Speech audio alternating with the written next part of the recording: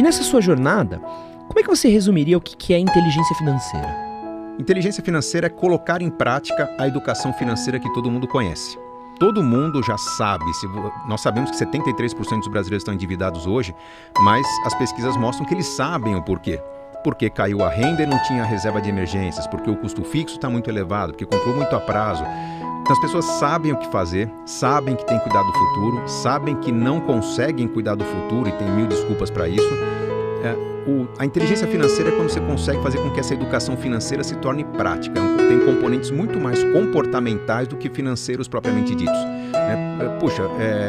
Se eu ganho, digamos, 2 salários mínimos, que não é uma maravilha, né? O próprio DIEESE, um órgão de governo, diz que o salário mínimo deveria ser de R$6 mil no Brasil, mas se eu ganho R$2 mil, não dá para viver de maneira digna. Não dá, nas grandes cidades brasileiras. Mas será que se de repente eu tivesse um pouco mais de mobilidade, ampliasse meu leque de possibilidades, imaginasse onde que as pessoas que ganham R$2 mil por mês no Brasil vivem bem? Porque tem pessoas que vivem de uma bolsa auxílio do governo que vivem muito bem com R$400, R$500. Com R$2 mil dá para viver excelentemente bem. Um lugar onde você tem um rio passando no fundo de casa, você pode plantar seus próprios frutos, criar suas galinhas.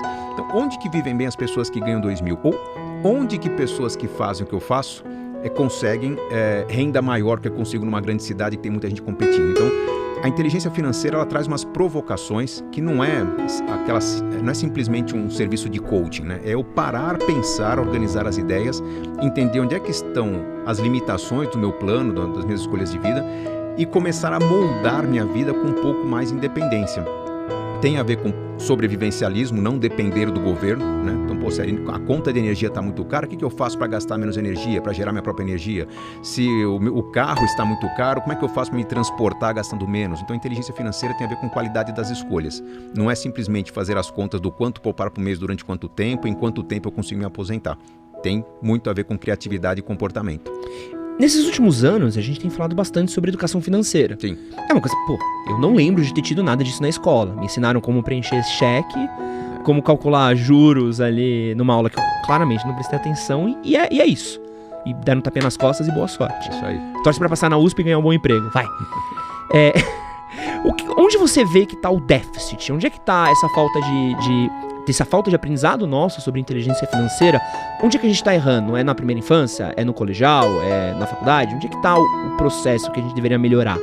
Bom, tem alguns equívocos que eram cometidos e foram corrigidos, alguns que continuam sendo cometidos. Primeiro, a falta de educação financeira é o problema número 1. Muito se aprendia sobre português, matemática, história, geografia, enfim, conteúdos que são importantes, mas que com falta de instrumentação, equipamentos, estrutura na escola, até projetos de vida, quando você não coloca um conteúdo interessante num projeto interessante, ele não decola. Então, o fato de não ter na escola uma visão do empreendedorismo, uma visão da realização de objetivos na vida, de caminhos do que você tem que concretizar na vida, eu não estou falando só de educação financeira, mas é um conjunto, né? Não tem aprendizado sobre como viver. Vários conteúdos simplesmente servem para algumas provas, né? Provas que são com visão de curto prazo. Amanhã os alunos vão fazer uma prova do PISA, né? Um Enem, e vão ser avaliados no PISA com uma nota muito baixa. Mostram que o nosso conteúdo não está virando prática. Quando se fala, precisamos ter educação financeira na escola, que já tem, começou em 2020, está na Base Nacional Comum Curricular, as crianças têm hoje na escola, não é ter aula de juros, banco, PIX, criptomoedas. É você ter, como acontece hoje no modelo brasileiro, discussão de finanças em todos os conteúdos. O brasileiro hoje cai em armadilhas porque não sabe ler contratos. Então vamos discutir educação financeira na aula de português. O brasileiro cai em armadilhas porque talvez compre produtos pouco eficientes. Vamos discutir educação financeira na aula de física, química.